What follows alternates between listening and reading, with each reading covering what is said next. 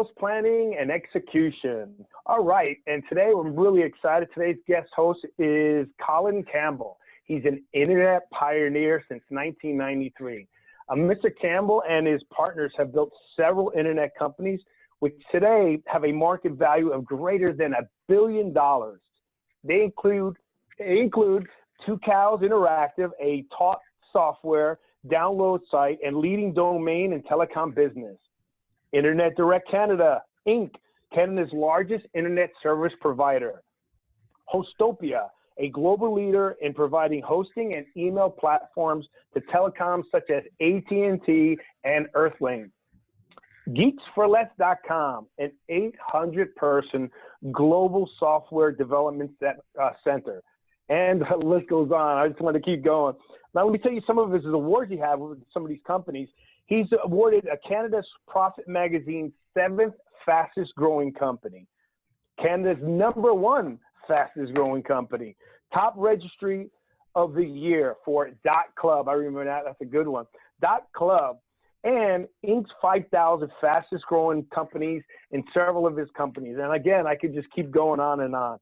Welcome to the Sales Transformation Podcast, live out of Miami, Fort Lauderdale, with your host, Victor Arocho. Today I'm representing University of Florida, which we have a lot of colleges here in Florida and throughout the country that I've been to. If you haven't yet, please follow me on Twitter at varocho.com or varocho. Also on YouTube, you can go to Victor Arocho, or you can head over to victorarocho.com. That's VICTORAROCHO.com. Well, Colin, I really appreciate you coming to the show. Welcome to the show, and I'm sure our listeners are going to ask you, do you get any sleep with all these things that you do at the same time? Do I get any sleep? Well, actually, believe it or not, I actually sleep a lot more today than I used to in the 90s when a number of those companies you mentioned we were launching. And I think a lot of that has to do with I've learned along the way how to build better organizations with better systems. And I have a lot more people around me to support me in a number of the ventures that I'm working on today. That's awesome. And you wanted to tell me a little bit about, these companies and, how they came about and, your input. Yeah, absolutely. And I'll try to relate that back to, sort of the sales story behind each of them.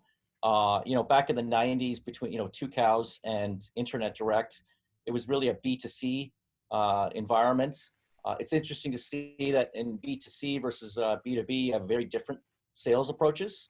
I would say that in the B2C, it was very much a scripted environment, really getting the scripts right. Generally a lower cost employee on environments like that. When you get into B2B, the contracts tend to be very large, and you tend to focus on hiring really good salespeople who can deliver on big results. And in the 2000s, we launched a company called Hostopia. We later took it public on the Toronto Stock Exchange and then sold it to a Fortune 1000 company. And that company sold to a number of telecoms, from Bell Canada to Vodafone in Europe to Rogers Communications out of Toronto. We did AT&T, Earthlink, Dex Media. I mean, it really became the sort of the default SaaS environment for web hosting and email services for telecoms. And you can imagine some of the stories we had in trying to close some of those big contracts, which hopefully we can talk about later in the call. I mean, there's some very interesting stories I can get to. And then later after that, we did .CLUB, which is an alternate to .com, .net, .org. And again, similar to Hostopia. Yeah, similar to Hostopia. We don't actually sell directly, but we've had to close customers like GoDaddy and some of the companies out in in other parts of the world like China and Japan and Germany. It's actually truly a micro global company. And then after .CLUB continued to mature, we opened up an incubator slash shared office space in Fort Lauderdale called Startups.Club, and we begun working with a number of entrepreneurs. One of the companies I backed was a company called for.CLUB. And with that company, it's a very different sales approach now that I'm used to from the past, in that we really don't have a 1-800 number. You don't even have a way to buy the product unless you go through the website. Very much an automated system. for acquiring customers. So you can see through all of that Wow. experience, we've, it's been very different business models and very different approaches to sales. You found that there's multiple decision makers in the big B2B deals, right?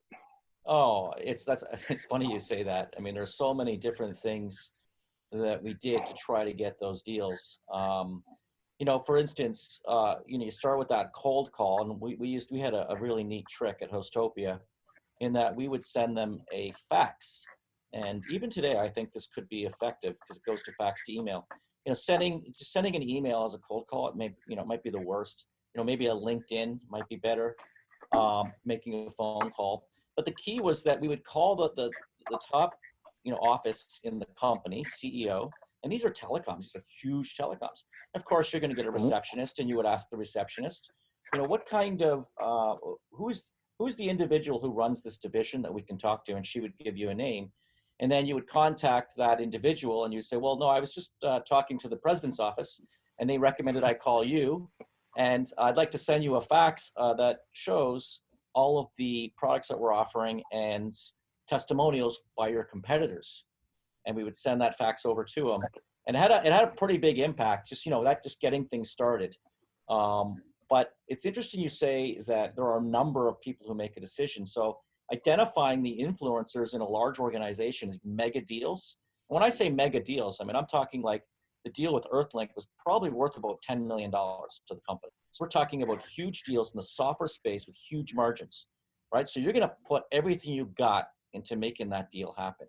And that means contacting or identifying all of the influencers around the decision maker, but then also working very closely with your hero. Once you've got that individual at that organization who you think will be your hero, the key to winning that sale is that you actually make that person look like a success. Now, he or she's biggest fear, especially when we're talking about software and platforms, is losing their job if something goes wrong with the launch or the migration. That's their number one fear. And the number one thing that stops companies from getting deals is the fear of loss of their job of the individual, or the fact that they might get demoted or something that goes wrong with this sales process, with the launch. It's not opportunity. And that's the interesting thing. Like the opportunity we had when we would present these individuals were huge. But when you're talking about big companies, their biggest concern is their job. So the first big lesson I learned on doing B2B sales was that you're not trying to sell a company, you're trying to sell an individual, and you want to protect their job and make them look like a hero. Yeah, that's a great point. And we deal with only B2B, and we deal with a lot of tech companies. And that's one of the techniques that we like to use. When you're dealing with a champion or an influencer, I always suggest to our sales teams or the people that we develop is, look, Colin, my job is to make you look like a superstar, right? You need to make them feel comfortable and how it's going to impact them, their career. And you also have to, that's a great point that you said about, the person that you're talking to who is involved in the decision or influencing the decision has to also worry about, this better be a good decision, especially for $10 million. Right? That's right, so exactly. They don't want to be the fallback person if that doesn't work, right? And obviously there's risk in everything that you do, but I guess as professionals in sales, you want to kind of mitigate those risks or reduce those risks for them, because obviously you want to sell them something that works, but also you got to make them feel comfortable, both with the fact that I'm looking for you to look like a superstar. I'm hoping this affects your career and impacts your career and the company. I always like to do cost justification, right? Or return on investment, right? What's that investment going to gain for you and the company as it goes forward? And then you obviously you need all the decision makers in the room, but the cycle is long, and that's, some of the things you brought up is going to go right into what we're going to talk about today, right? Particularly if you have a longer sales cycle or you have a shorter sales cycle, depending on what you have, because I'm assuming at $10 million, that cycle's at least 6 months or greater, no? Oh yeah, it was actually, our sales cycles were as much as, from 1 year to 4 years, and we would never stop working. I think VeriSign took about 4 years to close. And let me tell you something else about that story, and to try to explain a little bit more about this idea about the employee losing their job. I got a call from this was after we had sold Hostopia to Deluxe Communications, and the CEO of Deluxe called me up and said, we're going to lose the deal. And I said, why is that? Well, because they want to go with a bigger company with a more well-known brand. And so we came up with an idea, and what we were doing is, we were trying to win a contract to move over 80,000 websites and hundreds of thousands of email addresses. And what we decided to do is come up with a guarantee. We guaranteed that company and that individual that we would pay them $300 per customer loss. So we gave them a 100% guarantee that we could move over and migrate all of those websites. And by doing that guarantee, that individual was able to go to their bosses and say, look, this company's doing a 100% guarantee, so we're protected, and we're financially protected as well, whereas this company isn't. Now, it sounds a little bit scary when you're into the migration and software space like that, but the fact of the matter is you have to identify the number one pain point for the decision makers. And if you can address that, and like in the way that we did by creating a guarantee, backing it up financially, and of course, it really changed our organization internally as well. I will say that as well. It's not easy, but by doing that, we were able to win that contract. And from that contract, it was a dominoes that just kept going down. We won AT&T, we won Vodafone, we won all the rest of them. And our competitors couldn't believe that we would offer that kind of guarantee. It's all about That's awesome. employees, not about the opportunity in that company. Right. I agree. And you even offered greater than just a guarantee. You also put skin in the game. I mean, it's one thing to say, hey, you don't pay me, right? But you went as far as, not only will you not pay me, I'm going to pay you for each one that I don't do, right? Yeah, and I think that's super impactful. We had operations to back us up. This actually became our X factor in our company. And we had 300 people in the Ukraine who would manage these migration processes. And I believe we were the best at the world. And probably today, the company is still the best at the world at providing these services and migrating these services for telecoms. Well, that's incredible. I've been involved in a few conversions and migrations, and I don't care whether it's phone systems or technology. I mean, there's always hiccups along the way, right? Anytime you're moving over from a major platform to another platform, even phone systems. I mean, back, they've changed now. It's a little bit more easier, but, back several years ago, moving from one major telecom company to another major telecom company without being down, it's not easy. And you mentioned Vertafore. I know I'm very familiar with Vertafore coming from the insurance industry, but that's like an example, converting over from one to the other. Yeah. So today, I want to talk about, we're always on transformation, and I want to talk about, obviously, with a lot of your startups, about sales planning and execution. And this is pretty good because you have experience both on the B2C, you have B2B, which is, you had very large sales. One of your B2B companies, was there some medium-sized sales or smaller sales, maybe 25,000 or always more? is, yeah. And you got to pay the bills, right? And that's what I call it, paying the bills. And you got to get those smaller deals done. Even with .CLUB, we have a premium name network, and we have salespeople on staff that sell these premium names. And I always tell them, guys, just sell the $2,000 names, $3,000 names. And then at the same time, spend 25-30% of your time going for the big ones. We just sold Casino.club for a pretty substantial sum in the last quarter. The quarter before that, we sold Business.club for a pretty substantial sum. So the fact of the matter is they're getting those deals, but they happen, maybe one a quarter or one every 6 months, and you have to pay the bills. So we're always saying, break it up into two categories: the ones that pay the bills and the ones that, move the dial. Yeah, we call them whales, right? Always have at least 5 whales you're targeting, right? That you're going after. And if one falls off, you got to replace it with another one. But always have that. So it's a longer term sale, but it's a bigger deal. And they are nice because sometimes, like you said, after enough effort, and once you get a large client or a whale, the rest of them start falling into place, right? And then you also have to have something you can't wait 4 years to start, especially as a startup, to start paying the bills. Right?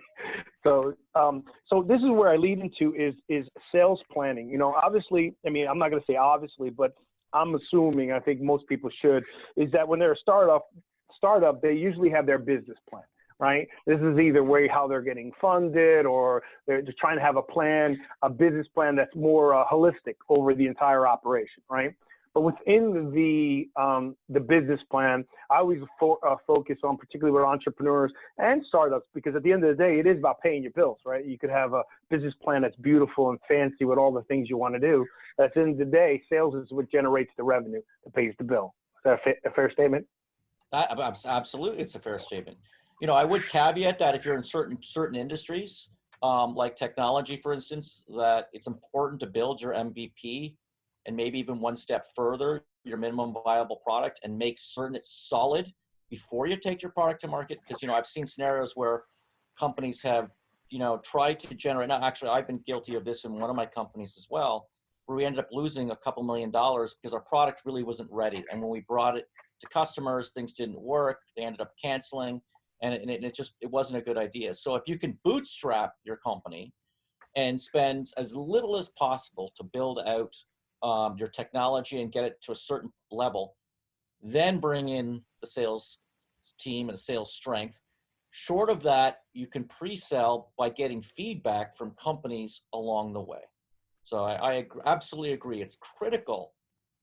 You know, if you think of a company, it's really two components. It's the product or service, and then the traffic or sales. And of course, there's everything else in between. This might be a controversial statement, but there's obviously accounting, and there's operations, and there's customer service, and there's all these other important components of business, and you need them to make a business successful. But in my experience, the two most difficult things are building that product and building that sales channel and traffic.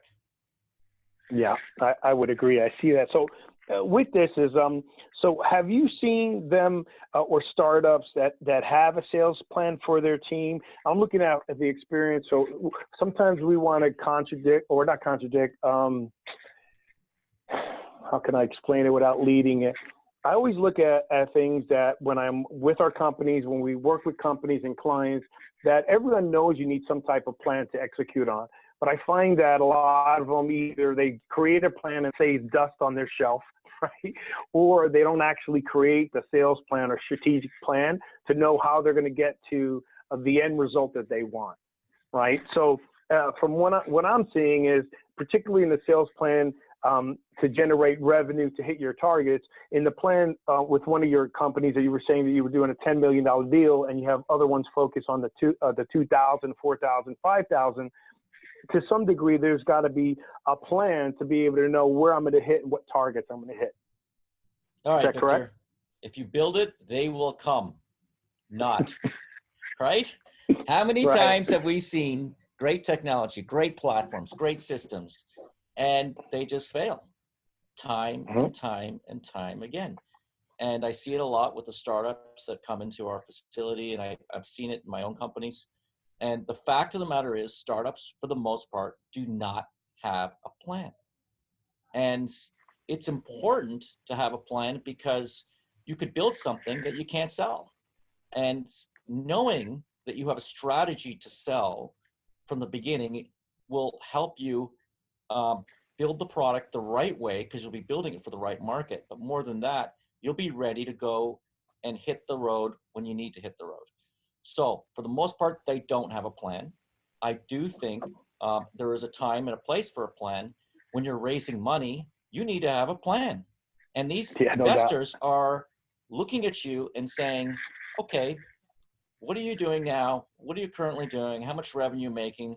Okay, you're not making a lot of revenue, but you're going to make a lot of revenue. But now how are you going to do that?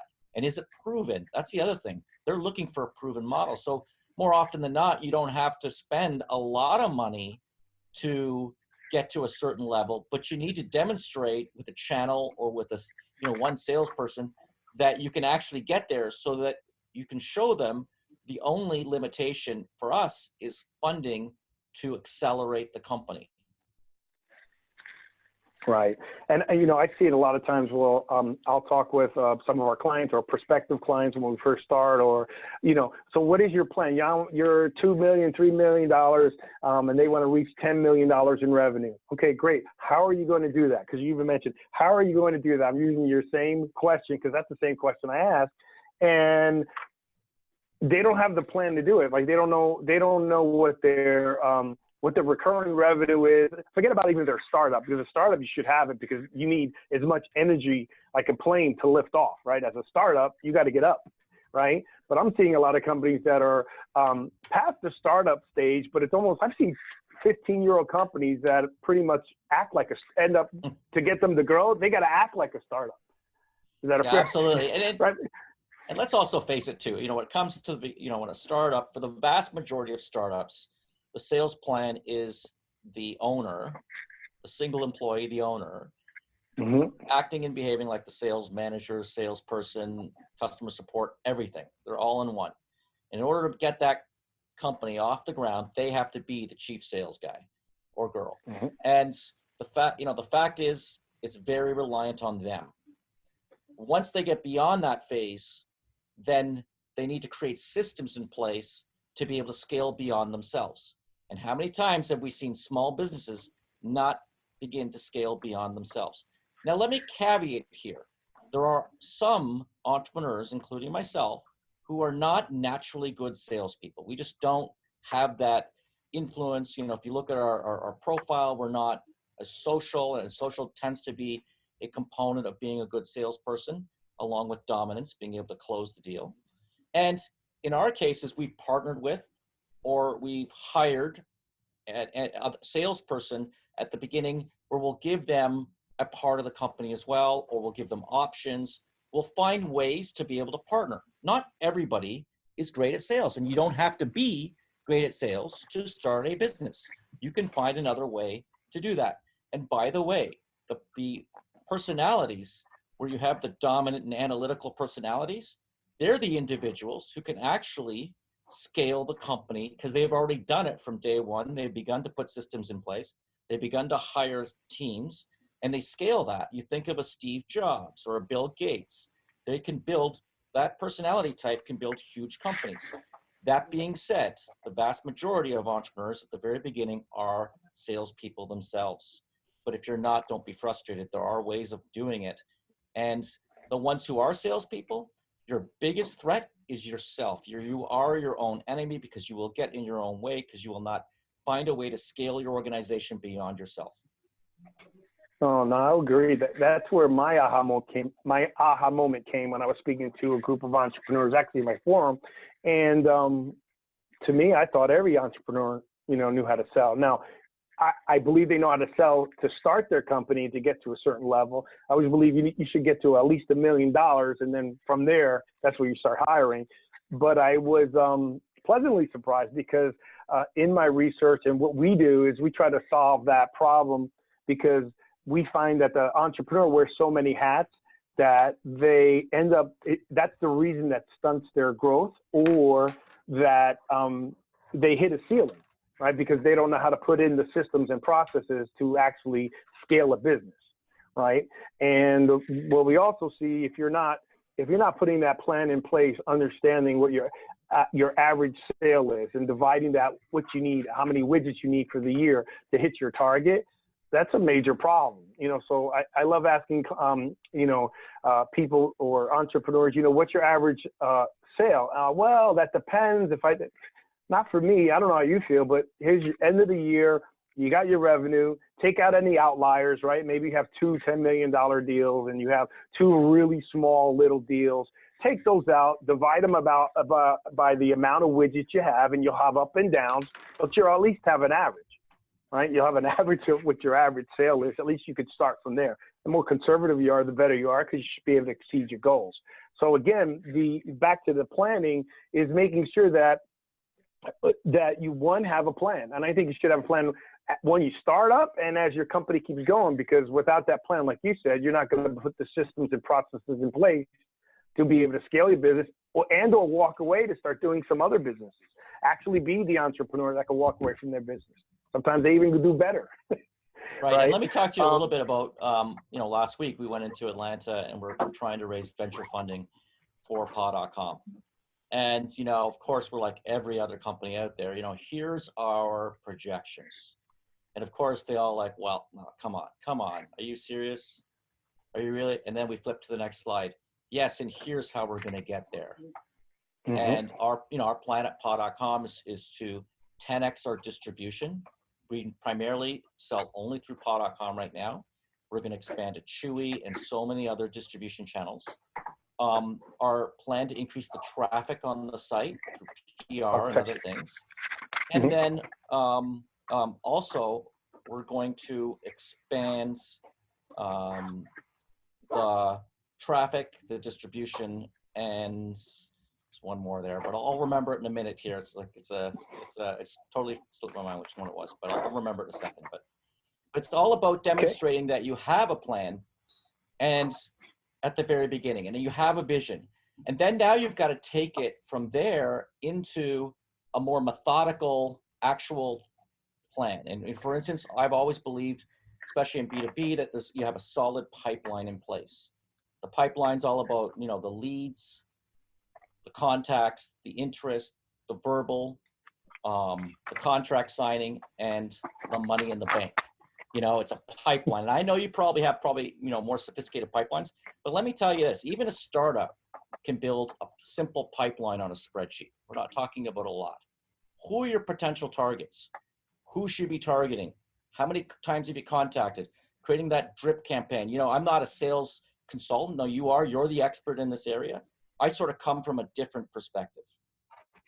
You're doing great for not, obviously growing all those companies, but you're right. First of all, you shouldn't have a complicated pipeline anyways, because then it's too difficult to really manage, right? If it's so complicated, number one. But you said a lot of great, so you understand it, right? So that's, one, you mentioned pipeline, one, you mentioned plan. So you have a lot of the, probably because of all your experience, but you have a lot of the things that it takes to have a great sales team, right? All those components together makes a great sales team. And then, what we try to make sure we focus on is that your sales process follows your pipeline, right? And that's a whole, you mentioned a lot of great stuff that I'd love to talk to you even deeper about, because, for someone who says they don't know, they're not at sales, you seem to know a lot of really good sales components that the entrepreneur needs. When I uncovered that, one thing I found out is that everyone has their skill set, and know what you're great at and know what you're not great at, and hire the ones that can fill those liabilities for you. Right. So when I say liabilities, meaning what I'm not great at, know where to walk away. If you're the sales entrepreneur, hand over the operations and fulfillment to someone who's great at. If you're not the sales entrepreneur, build your company, hand it over to the person that knows how to build it, done it, and grow that company. It takes a team. You need, like you said, you need the accounting, you need everyone. It takes an entire team, right? But one has to start, right, and the other one has to put the other side to fulfill it, right? You got to make that big deal, and then someone has to fulfill the programmers in the Ukraine have to fulfill that promise that you delivered on, right? It's amazing as an entrepreneur, you have so many hats, right? And I like to talk about before, even if you're as an entrepreneur, you don't consider yourself a salesperson, every entrepreneur is always doing sales, whether you're trying to sell at a potential employee, whether you're trying to fund the company, whether you're trying to convince your existing employees about your plan, talking to your investors. You're always selling. If you really, really break it down, it's part of, a successful entrepreneur has to be thinking about how to get deals done at all times. And in a lot of cases, it is really the salesperson that does it, or the CEO or the entrepreneur. Let me just tell you a little story there. So we had a number of different sales managers over our time. That's been a big challenge for me, I'll be honest, hiring sales managers. But we can get to that in a second. We had a situation where we'd asked our last sales manager to leave, and we had a group of about 10 salespeople at Ostopia. And we were trying to put together these massive contracts. I talked about earlier about this Earthlink contract. And, we'd done a number of steps, and the salesperson had been working on it for over a year.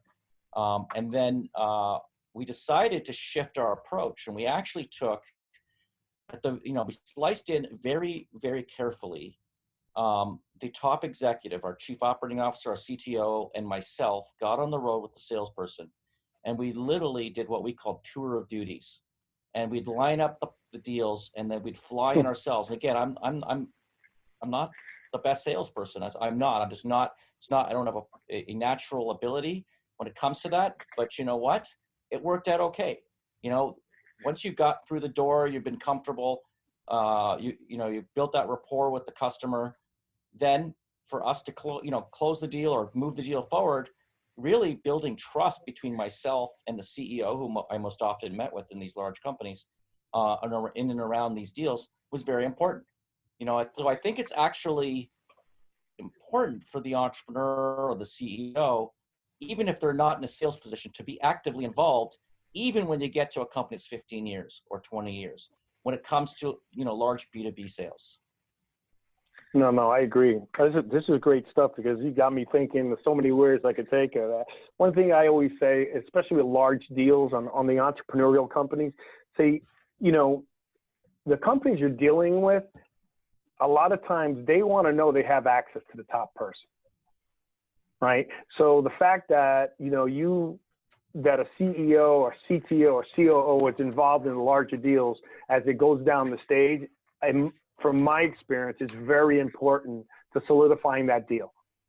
And top people in the organizations do not want to be sold.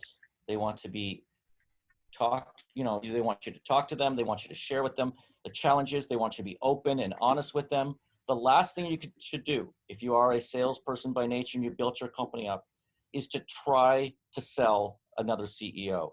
The most important thing you can do is to try to connect with that CEO at a higher level than you would with, trying to sell them. Sometimes when you oversell, you've heard that about that, right? You're coming into a situation, You're overselling all the time. I've seen salespeople do that all the time. And I literally sometimes just shut them down by reading the people we're talking to, especially when you've got another, leader in the room as well. Connect with them, build a trust. Now, let me tell you, the most important thing an entrepreneur can do in sales is sell their company. And what I just said a minute ago about building trust, I've hired brokers and I've hired, people to help sell these companies. And the fact of the matter is almost any deal I've ever done, it's been between the trust between myself and the president of that company that bought our company. And it's interesting that when you can really earn their trust and sometimes show your weaknesses even, and sometimes show your vulnerabilities a little bit, then they begin to trust you. Then you can use that position to influence the decision maker more than if you just come in cold and you're just trying to always be selling and always be right and always be perfect. Yeah, I don't like that phrase, always be selling, right? I agree, right? Especially with the higher levels, they don't want to be sold. And also when you tell them about your vulnerabilities or your challenges, you humanize yourself, right? You're not the perfect, nobody's perfect. So, the saying it's too good to be true, right? You got to be careful with trying to present something that is a magic wand or a pixie dust and everything's going to work out. I think they like to know that you've gone through those challenges and you're prepared for them. I think that's even more important, that you've gone through those hiccups, right? And you're at least prepared to how to handle them. Yeah, I know. So it just reminds me of I was in a deal working with Columbia to sell hosting and email services to a telecom there, and we had these sales team and the project managers, and they were all pitching the deal, and they're very focused on the PowerPoint, and they're getting everything straight, whatnot. I'm watching the guys on the other side, and they're like, and I say, our market's different, and then our salespeople weren't listening, and they must have said it 3 times, our market's different. And then I just stopped the meeting. I said, stop, and I apologized on behalf of my staff. And I said to the Colombians, I said, guys, we understand your market's very different. And in fact, we can develop a product specifically for your market. And then they literally just took a deep breath and they said, wow, that's exactly, then we connected. And it was just a whole different approach. So this is an example of how sometimes you can go into these meetings and oversell and not really understand or listen to your clients. Yeah. And that's that's one of my other pieces of going across where it's easy for people to sit around a table and make the comment, you should listen twice as much as you speak, but people don't do it. right? And then one of the other things that we test and we know is that you can sometimes think or act like you're listening. And it's one thing for salespeople, entrepreneurs that are growing their businesses, is that you got to be in the moment with the client, right? It's almost like coaching in form, right? You can't, as you're listening to the client, don't let them say something that's going to throw you off guard, right? Or a smoke signal. And don't start thinking to yourself while they're talking what you're going to say next, right? Because if you do that, you're not listening to them. Now, someone sitting next to you, it looks like you're listening to them because you're not talking. But if you're talking to yourself, that's just another person talking, right? You're never going to be able to really understand and listen because sometimes people don't know what they really want. So you have to help them, right? Because they may know the top line challenge, but there's usually something more deep rooted in their challenges than what they're saying right off the top. And as a great professional in sales or a leader, our job is to solve challenges and problems for people, right? And the listening part, we call it controlling emotions. You know, stay in the moment. Don't start strategizing on the fly. Listen to the client.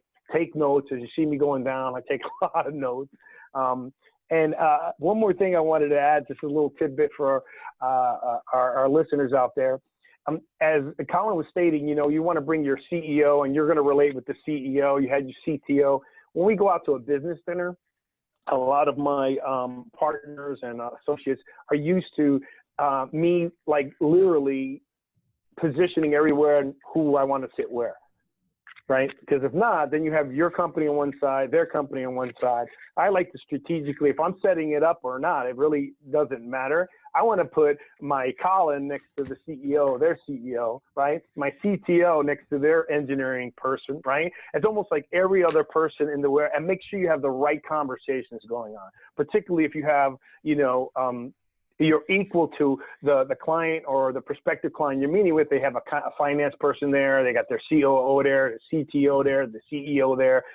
Take control of the seating because you want the great conversations to have. And that's one. The second part is I always try to go to the restaurant myself and try to find or go to the restaurant that has the table I want. I want a big round table. I want a very large square table, right? Because I don't want the long tables. The discussions are limited. That's amazing because nothing in life happens by accidents, especially when you're trying to do huge contracts. I used to say $1 million contracts, like millions of dollars are at stake. And it's amazing how, you know, people can think very ad hoc. A couple of stories, you know, one, we had a huge client who they have 93% market share for domains they distribute in Japan. And we were meeting up with them in LA. And we knew that we understood the gentleman, we understood who he was, and he likes to be seen and whatnot. So it's interesting you say about the restaurant. The lady that worked for me, she called him up and said, you know, and in LA, it can be tough to sometimes get seating. And she asked for a very nice table, round table, and the best spot that they had in the, because, you know, the best. And he goes, oh, can we know who's coming? I said, well, I'm not allowed to tell you. And of course, they now thought, okay, this person's got, you know, celebrity, you know, you know, whoever, some huge person coming to the restaurant. And we were able to get just a phenomenal table. And you're right, it was round. And every person who goes into the meeting, it's not ad hoc. Their positioning is done correctly. And also, let me say this, when it comes to getting big deals, when it comes to planning, we had something which we called were 5 winning moves. These 5 for each prospect that we were targeting. Remember, these deals were huge, and we would spend a lot of time planning how to approach and how to attack that particular client. So for instance, at Hostopia, it was all about, you know, imagine trying to get AT&T. It's a huge company. Yeah. Okay, so they're on our prospect list. And we took literally at every quarterly planning session, it wasn't just the salesperson. This was all of the executive saying, what are the 5 moves, winning moves we can make to win over that contract? And at .CLUB, it was exactly the same thing. And even this, we're going into a planning session in 2 weeks from now. What are the 5 winning moves we can make to win over new distribution channels? And we identify who they are, And then we think about that individual channel and we build strategies around that channel. And that includes the influencers, that includes PR, that includes like anything you can do to win that deal. Do whatever it takes to win it. So what are the 5 winning moves, and bring your entire executive team into that process. That's excellent. You know, and that is key, and especially for large deals or B2B deals and anything, you know, what we always teach in our sales teams, and it depends, regardless of how big the company is or how small the company is, depends on, you know, if they have 5 or more salespeople and a sales manager. The salesperson, the first frontline salesperson, my experience is you got to communicate where that threshold is, where you need to bring in the next level above you, right? And then even if it's a sales manager or a sales executive, right, they need to know a threshold of, hey, when do I bring in my next level, whether it's the CEO at that time, your chief sales officer, the CTO, because the opportunity there, you need more minds are better than one, right? You don't try to do these deals so big yourself. You're going to get the credit for them. Too many times they feel uncomfortable asking up. And the entrepreneur or the CEO also has to make them feel comfortable with being able to come to them with saying, hey, I want to work on this deal together, because sometimes I've seen entrepreneurs, well, isn't that why I pay you? Well, don't you want the revenue? Which one is it, right? And then what you're saying with, yes? No, I was going to say, and you know, the CTO, the COO, or the operations person, or the technical person in your office, they need to get involved in those conversations in B2B, because more often than not, let's say you have a programmer that runs your programming team, or even if it's just your only programmer, and you're trying to sell a platform, and you go to that company and they bring in their IT person. And do you think a salesperson can connect with an IT person? They're like the most opposite people in the world. Do you think an IT person can connect with an IT person? So don't be afraid to pull everyone and anyone into a sales meeting within your organization. These meetings, you know, often are not that long. They don't take up that much energy. And I know that operators and technology people sometimes have an aversion to these types of situations. But honestly, the worst salesperson in some cases is the salesperson when it comes to selling to technology people. You know, you got to bring in the right people. No, I agree. And also they get a different perspective. And sometimes the salesperson, the sales leader, one may not have the power to make a decision in that department, and that person who's involved in that meeting can, and they may give you an insight to get the deal, right? You have different people looking at it from a different perspective, as long as they feel that they're involved. Where I've seen people that come into those meetings that they don't like going to those meetings is because no one gets them involved. They don't ask their opinion, right? It's 2 people having a conversation and there's 6 people in the room.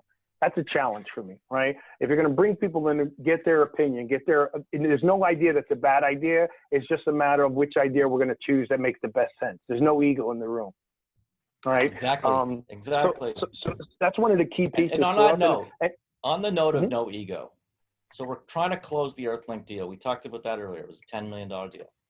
And we got a call from the CEO saying that they're looking at going with the other competitor.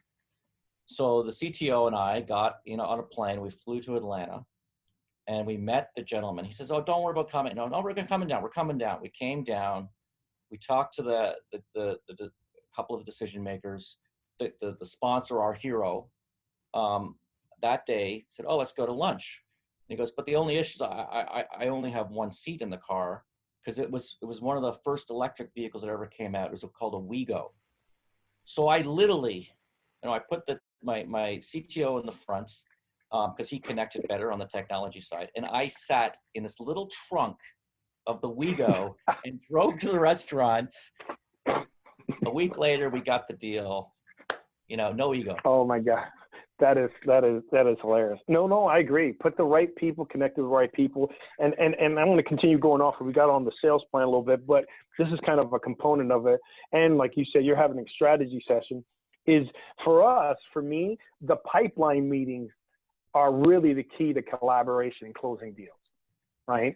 And you need to know when to have a pipeline meeting where you need everybody involved, but you definitely need, you know, where I see that a lot of entrepreneurs, startups, or people leading sales, they don't know how to, either they don't have one, which is a problem in itself, or two, they don't know how to run the pipeline meeting, as opposed to just asking. It should be a collaboration of being able to help everyone on your team, even the other salespeople, show them and train them how to close deals by asking what's going on and how did it get to this step in the pipeline.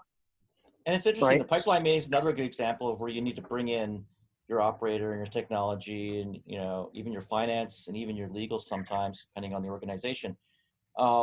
Because more often than not, a lot of the sales team or the salespeople get stuck on one component or two. And when they get stuck, if they can get the advice or help of somebody within the organization to move that forward, then the deal can move forward. So for instance, you know, you might have a sale, you're doing, you know, you're trying to sell a product or you're trying to sell a service, and you know, they get an objection that says, well, you know, the fact of the matter is we can't do this because we're only 99.9%. And so that salesperson shares the objection with your team and says, okay, this is where we're stuck, that they've said this 99% is not high enough. They want more than that. And then the CTO says, okay, well, I'll tell you what, I'll commit to 100%. And that now gives the salesperson the ability to go back and say, okay, I had the CTO, I've met with the CTO, and we can now commit to 100%. The fact of the matter is salespeople get stuck. The people who can help them get unstuck are the executives within that organization in a lot of cases. So again, a salesperson is not the only person who closes the deals. He's only a conduit to help close the deals. And you really do need a team approach to do it. Yeah, especially, you know, in any B2B deal, you know, or anyone thing that's in any B2B deal, but as you start getting into the larger deals, you know, we teach that you should have the leader or manager or the frontline sales manager should have a pipeline meeting individually with their salespeople. And that's where you should know where to escalate and have a separate, maybe with the team, depending on the size of the deal, and then have your group session of a weekly pipeline meeting, because then the other salespeople learn, you know, one, how to move their deals along, two, know when we need to, okay, well, that's a great one. That's where you're stuck at. Let me get operations or technology involved as the leader. You need to know, you need to know what button on a phone. I know it was a long time ago, but you need to know which email, which connection you have to make within your company that's out of your expertise or is out of your ability to take the deal to move forward. Right. Yeah, Victor, I was so obsessed with this idea of having the executive involved that we would do, first of all, who do you think the best sales organizations are in the world? And I will answer that. I believe they are investment bankers, companies like Goldman Sachs. They get paid the absolute highest amounts to do whatever it takes. Now, guess what we used RBC when we did our IPO. They had a meeting at the beginning of the morning and in the afternoon at the end. Morning, ends, and they included all the key people. At Hostopia, we had a daily sales huddle every single morning at 8:50 for 10 minutes only. Each salesperson would go around and say, this is my victory yesterday, this is my focus today, and this is where I'm stuck. All of the executives were invited to that call. They didn't go all the time, but they were invited because it's about velocity and solving the problems and getting unstuck. And it made a phenomenal difference by having that daily sales huddle. No. I know in all the companies and the several companies I've had as well, is that the biggest challenge is people get concerned about so many meetings. Keep them, like you said, keep that to 10 minutes. Keep your pipeline meeting to the time it starts and it ends. If you have to move forward, take it offline. But don't keep people for extended meetings that they never know they're going to get out of, because then nobody wants to join. The other thing let me ask you a question. Let me ask you a question. Sorry. So we do a pipeline meeting at .CLUB once a month. Okay. Is that the right move, or should we be doing it more often than that? Well, depending on your sales cycle, I believe I like weekly pipeline meetings. Right. But not as the high levels in there. Right. They need to get involved depending on your level. If you're going to have yours. Right. But by the time it gets to you, whoever's your sales leader should have already had a weekly pipeline meeting, and they should have in their one-on-one. The thing is, people don't want to put in the time what it takes to train and to develop a great sales force. And it's not, and you had mentioned that you have the challenges hiring sales managers. It's not really you or your company. It's not even the sales managers. They don't get taught that in school, right? So you take a salesperson and you throw them into sales management. You think that they can either, the worst part is you take your best salesperson and make them into a sales manager, right? Yeah, and then the second one is you take, yeah, that'll kill you. And then you go get a sales manager, and then you're just assuming that person knows how to manage and lead, one. And then two, leading and managing salespeople, totally different ball game than leading and managing everybody else. Totally different ball game, right? Because you're dealing with more psychological pieces, right? You're dealing with more egos. You're dealing with, you're dealing with more egos. So that's a different skill set that has to be taught. Now, it can be taught, right? But it's, you're dealing with people that are failing a lot, right, to get those big deals. You get dealing with people that are failing early in the process. You get people that fail deep in the process. You got to let, the rejection part, the ability to handle rejection is the speed to recovery once you lose the deal. Whether it's in the beginning, that's usually easy. It's when you're in the middle of a deal that affects a salesperson. You ever see a salesperson lose a deal and they're done for the day? They can't function. They can't, that kills them. So again, I like those. By the time they get to that monthly meeting, let's say with you, it should be well prepared that that your salesperson, your sales leader, whoever's bringing into that meeting is really surgical in where the leaders can help, right? Where are they stuck at? Right? We're not going to go over every single one. Where are you stuck at? What can we close in the next 30, 60, 90 days, right? And it's almost like an extended huddle meeting, right? Yeah. Except for you're not dealing with your victories and so forth. You're dealing with the key components that I need, my Colin, my CTO. Where do I need that help? Absolutely. Okay. And then you're focused, but because you've done all the work getting up to that meeting, right? Absolutely. And then you can just get better and you get better. And what happens is that becomes a system and a process that is duplicatable. Absolutely. And, I'll tell you that the hiring a good sales manager, hiring good salespeople, they're one of the most challenging things a company can ever do. And I've gone through probably 10 or 15 sales managers in my life. One thing I will say about, hiring, no, I don't think that's very good. But one thing I will say with all your companies, I'm just thinking that's not a lot. I think you're saying thousands. Well, I think even at Hostopia, I think we went through 5 sales managers. And there was a point when we didn't have a sales manager, and essentially I was, even though I had my position, it's the most important. At a certain point in an organization, you need sales. If you have a platform, every time you sell $1 million worth of product, you get 800,000 dropping to the bottom line.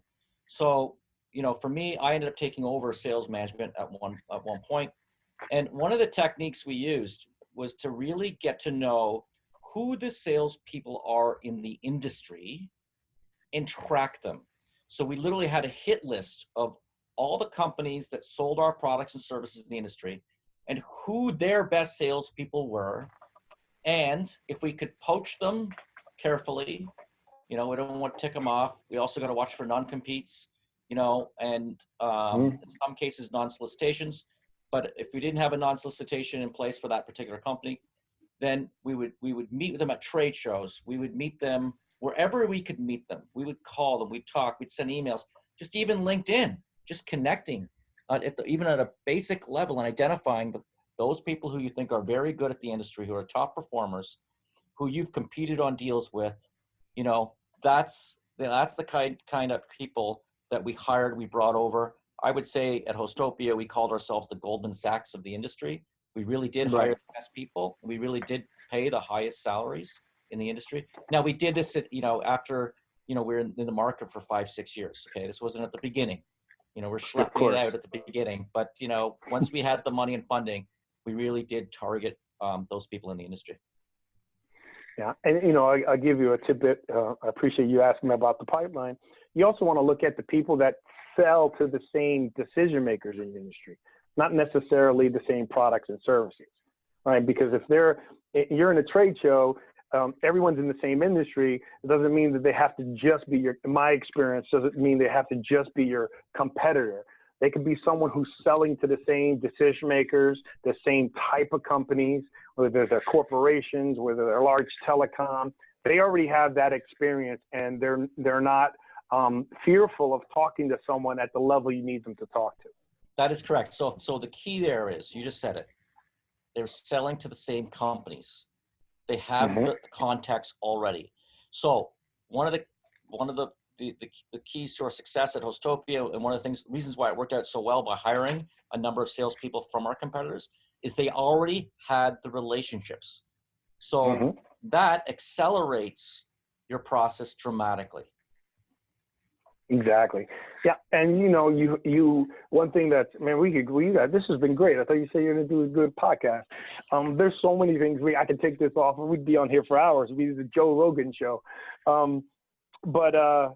Yeah, the key component there is, one, the comfort zone of who they're selling to.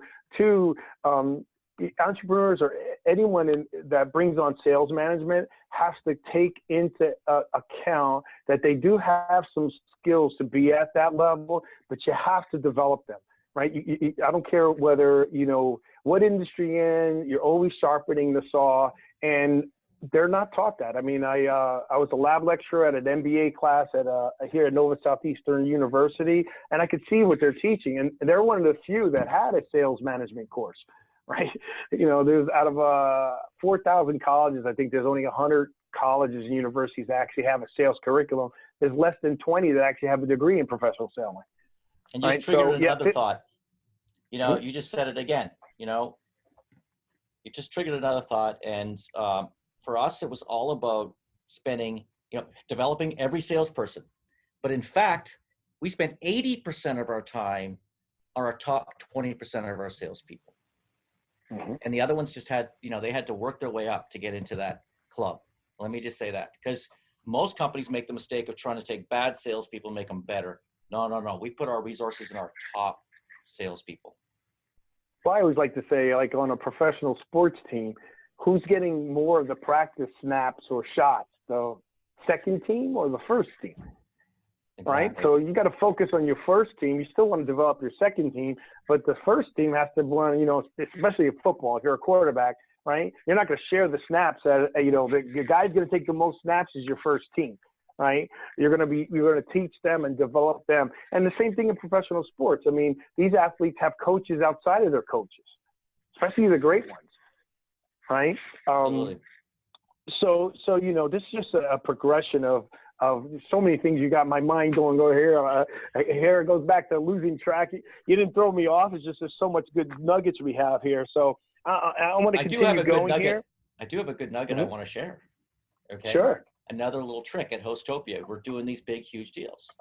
And more often than not, when you get into these large B2B deals, you're required to fill out an RFP, request for proposal.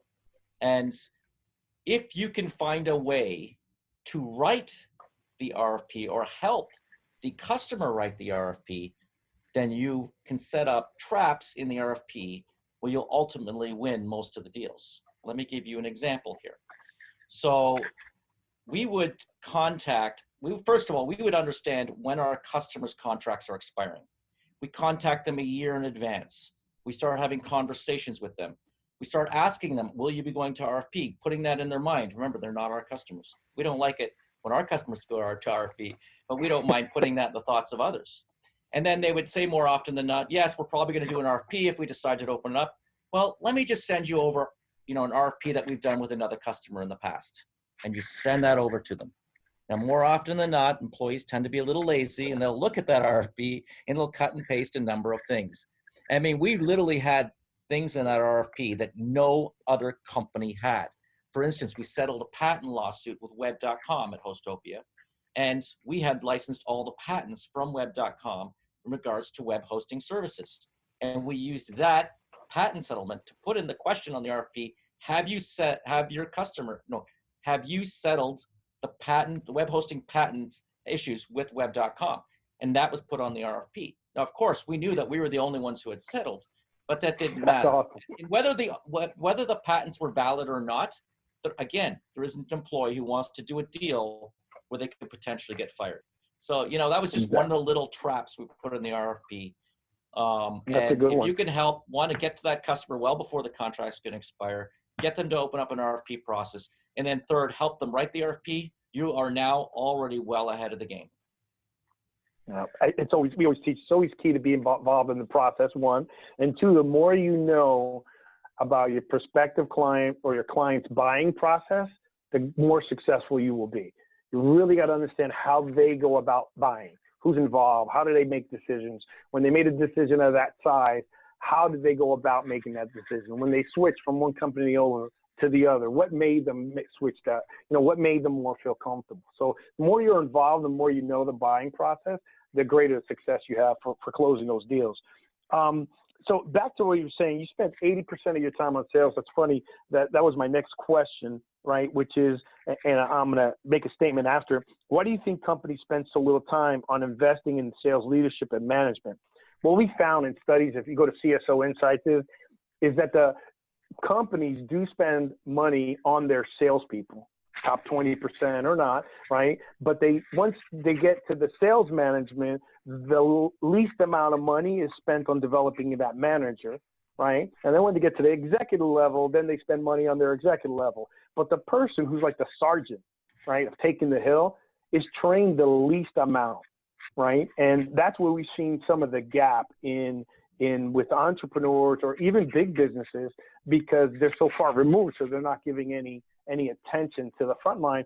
For me, it's an exponential effect. You train one great sales manager, he's got 10 people that he's going to develop. You train one salesperson, you have a 1-to-1, right? You train one great sales manager, you have a 10x or more, right? Because I don't believe any sales manager should manage more than 10, maximum 12 people at any given time, right? It's just too difficult to really handle all. Yeah, I think companies need to invest a greater percentage of the revenue on the sales manager and the sales team, and grind down the bureaucracy that infects companies, right? And more often than not, than you see, the bureaucrats, the lawyer, the operators, or the whatever, get higher and higher salaries in an organization as they grow bigger and bigger, and the salespeople get smaller and smaller pieces of the pie. And especially when you're in a growing organization, you have a strong entrepreneur, that doesn't usually happen. But when you start to grow beyond a certain size, I've seen it over and over again. When we sold our company at Hostopia, the salespeople, their commissions are slashed, they're set at, the salaries were actually maybe increased for the salespeople, but their commissions are slashed. So what are you incenting there? You're incenting people to stick with the job, but the leaders, the ones who are really good, they're ready to be poached by your competitors, right? Yeah, there's no doubt. They're gonna. Yeah, don't mess with don't mess with the money of your team, right? I've been in a situation where we grew a company astronomically, and in between the year, we were surpassing target, and the salespeople were making their money, and the CEO was a little concerned, like, hey, they're making a lot of money. I'm like, okay, but you're surpassing the target you set. You've already approved this through it. It was, company is doing 32 million. We ended up going up to 110 million. But, your accounting already took this into effect of the growth and what you're paying your salespeople. So why are you worried about their pocket? And then the comment was made, well, the sales manager. So, well, Victor, you're okay. As an executive, we're not going to change anything. I go, well, that has nothing to do with me. Of course you're not. I'm not going to. There's no way in heck you're going to change anything with mine. But I can't do that to my team. I convinced them we're going to be able to double in a year, and they couldn't believe we were going to double in a year. We put something in place, and now I'm going to go back to them on the way to doubling and telling them we're going to reduce what we told you we would give you. I mean. Exactly. Where's my honor, right, in building a great sales team? So I'm glad you asked it. Why do you think they just don't invest in those pieces, and they cut, like you said, the sale, because I think their egos get in place. They think it's not about them. They can just replace them, right? Because everything is so great. The problem is you're replacing them even when everything's great, and they're doing it. The average lifetime of a great salesperson, just so you know, is anywhere between 18 months and 42 months. I mean, if you go to LinkedIn, just alone, go to LinkedIn, put in IT, do whatever you want, put in sales as one of the titles, and go look. The anomalies will be someone either has a shares in the company, or someone who's co-founded, or they're an executive in the company for a long time. But it doesn't happen. Why? Because great salespeople get poached. That's right. I mean, think about it. We're the ultimate networkers. right? So companies like yours are going to take them. And two things, God bless them, but you need to have, like you were saying, you were looking at other people. Man, we can go on. You got to have a pipeline of sales people. And the entrepreneurs need to spend time with their top salespeople. I come back to that, right? More often than not, they delegate it out to a sales manager, whatever. It's like, okay, now you deal with that, and I'll go deal with, operations, or I'll go raise money, and I'll do this. But that's not going to work. The entrepreneur needs to spend as much time as they possibly can with their top salespeople. Obviously, you get to a Fortune 1000 company, that becomes more and more difficult. But even under that scenario, I think it's important to build systems and processes in place to connect with those top salespeople. And look, and for our listeners out there, systems and processes, particularly in sales, are key components because of the turnover, right? You need to be able to have that system and process in place and keep perfecting it. It's like the systems and processes in sales, one, aren't created well, and two, it seems like the only systems and process in a company that no one looks at to improve year over year. They'll look at lean manufacturing. They'll look at your purchasing, how to get better pricing. They will look at everything else in the units of the company, except for the sales process, except for the efficiencies of the sales, except for the tools that your salespeople need. Especially today, there's so many great things out there. You don't want to bombard them with too much, but at the same time, if you're going to continue to grow, particularly if you're in the technology industry, your people need to be enabled with technology. Yeah, I'll say this too, is that, we talked about at the very beginning, it's very much based on the entrepreneur or a partner of the entrepreneur to get the business off the ground. Once the company begins to scale, it's important to bring in the right sales consultant to help scale the company. And we did that at Hostopia as well, where we brought in professionals to help us build documents that we needed with the interactions with clients. But I mentioned about the fax to email and sending over testimonials and doing the drop down from the CEO office down to the decision maker, for what we're trying to sell. This all came from not my own knowledge of it, but from sales consultants that we hired who gave us the systems and put in the actual documents and helped us write the documents that we used in that sales process. It's like good sports teams. Right? When you have a coach that has a great system, he's bringing his system and plugging in the right players. If he gets rid of a player, he plugs them into the system, right? So it's key components, but you should also keep looking at them, right? Not like every month or quarter, but you need to have some type of audit within those processes and systems, because great processes and systems are created by trial and error, right? And things change. The way people buy change. There's so much that you need to do that you can't just leave it alone and think it's an autopilot. What I've seen is when companies or entrepreneurs, depending on the size, not those Fortune 1000 companies, for us, we're focused on the 5 to 200, small, medium-sized businesses that take them to the next level, right? But if they're doing the systems and the processes, then it's easier to start plugging talent into those systems and processes, right? And I always tell my team, my people that, look, give them if Victor gets hit by a truck, because, everybody wants to deal with me or something else. And I'm like, no, we got great teams here. And they go, what is that? I go, we're going to leave our clients with the processes and the systems. We're going to give them the ability so that way if something happens, what they've invested in a company, they have something of material, substantial, that they could take that company and continue to go. Yeah, you might be able to hire one good salesperson, and you might luck out on that. But if you have a good process that tells you or walks through the process of hiring a good salesperson, then you could hire potentially 10 great salespeople. And that whole process around hiring and getting it right for a salesperson, I mean, obviously the big challenge in almost any company is hiring great salespeople. And that process is it's complex, obviously. And, but if you build it and you put it in your company, you can then scale that and hire 10 great salespeople. Right. Well, there's a lot of times people interview. You cannot interview. I'll give you something here. You cannot interview salespeople just like you would interview anyone else in your company, like an office manager. Remember, they're salespeople. If they're out on interviews, they're going to sell you on the position. So, like when you went through 15 sales managers, they sold you, right? I mean, that's the end of the day, right? So you can't, even we teach how to write ads. I mean, if you go and look at the ads, they all look identical. Don't sell your company until you find the right person. And when you go through the exercises of taking through a good process of hiring, then you sell them. But if they don't get through the processes, they have to come in and audition for the position. Also, do you engage in profiling when it comes to hiring salespeople? Yes. Yeah, because we found that was one of the most effective things. And what's interesting, you know, if you look at a profile of a great salesperson, for the vast majority, in my opinion, it's having a dominant instinct and having an influential instinct, very social behavior. There are sometimes you'll get situations where they have social behavior and they might be analytical and not quite as dominant.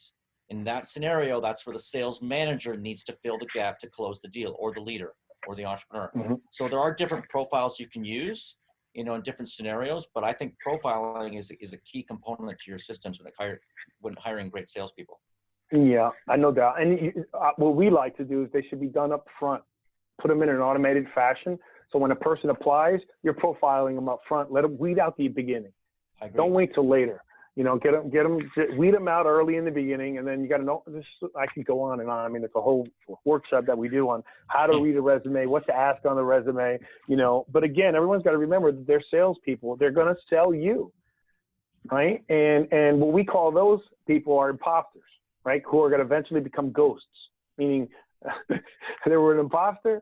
They came in, now they're gone. They're a ghost. Right. So, and, you know, look, Exactly. You're not going to be perfect all the time, but you're going to be your percentage of success in how we do it. But your percentage of success, if you really work on your hiring process, is going to be a lot better than it was before. And every improvement makes a big difference in the revenue of a company.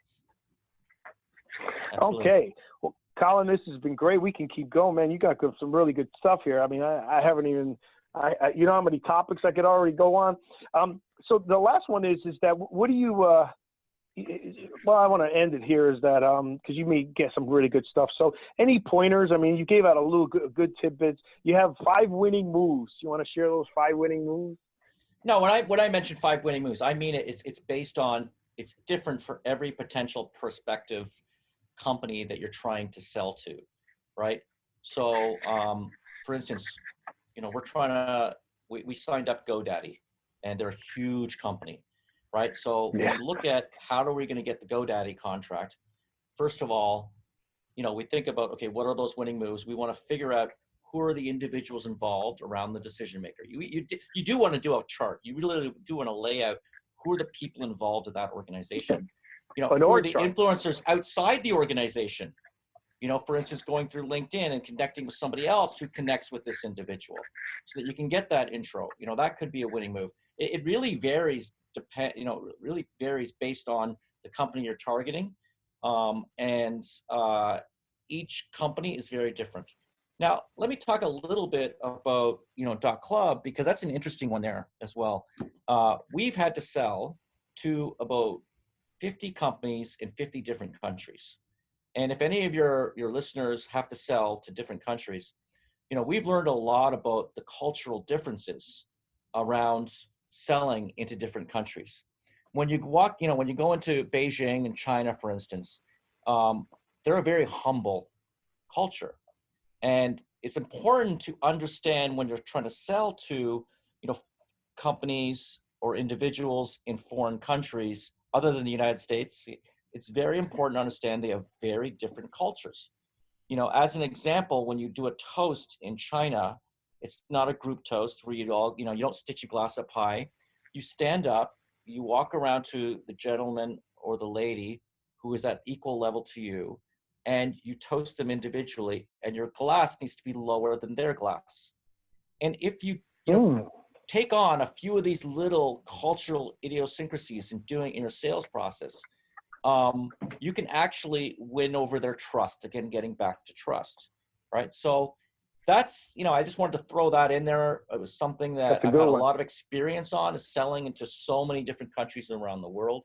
We've gone, you know, I've literally sat on the floor in Japan for 3 hours, was very, you know, on a tiny little mat, just to connect with the people. You know, I've gone to Germany and done Oktoberfest, and, you know, we've gone to Russia, and I spoke at a TEDx event in Russia, and connected with the distributors in Russia. I've gone to Ukraine, and I've walked through with the CEO of one company. I walked through, all the locations where people had died in Kiev on a protest. You really get, deep with the people you're trying to sell with, and authentic too. Today, some of my good friends are still at the companies I worked for in the past, and I still talk to, I'm still connected to. Sales at that level is also we're all humans, right? It's not just the sale, Mm-hmm. it's also about friendship. And maybe that's the best Right. way to end this.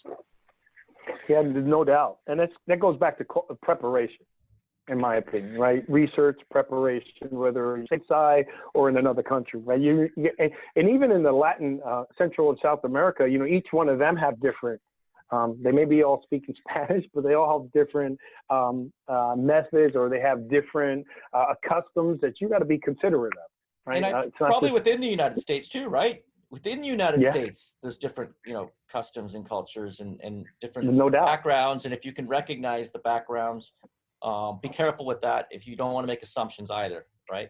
And just because somebody looks Chinese doesn't mean they're Chinese. Okay, so exactly. Exactly. All right, so I appreciate that. And one of my questions I like asking is, what's the last book you read or you're reading? Well, like I said, I went to the venture deal last week, or the venture conference in Atlanta. We think we're going to close some funds there.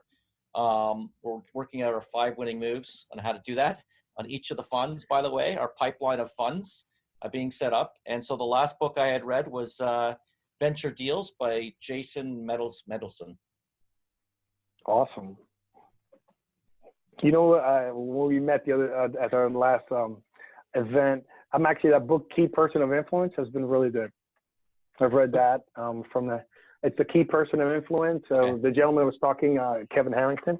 Oh, all right. Yeah. Well, great. It's been great having you as a guest today, and on our podcast, the Sales Transformation Podcast.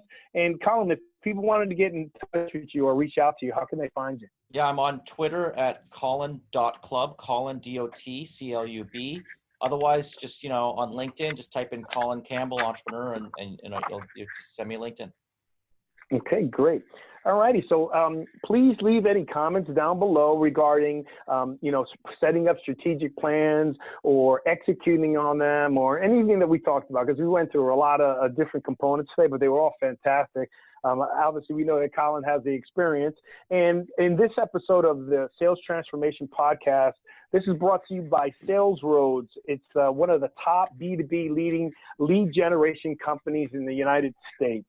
If you enjoyed today's show, head over to victorarocho.com and please subscribe to my YouTube channel. Just type in Victor Arocho, Arocho, for more interviews with top entrepreneurs like Colin. Colin, we'd definitely like to have you back on the show, because I think there's so much in sales. For a person that doesn't know sales, you got me. I can keep going. Remember to check out the rest of our videos in this series. Thank you for listening to the Sales Transformation Podcast. And remember, every Friday, we release a new episode of the Sales Transformation Podcast. And that one's with my co-host and a fellow serial entrepreneur, Stephen Running. Well, Colin, thank you again. Everybody have a great selling week. And remember, transformation trumps motivation. You have a great day, Colin. Thank you so much. All righty.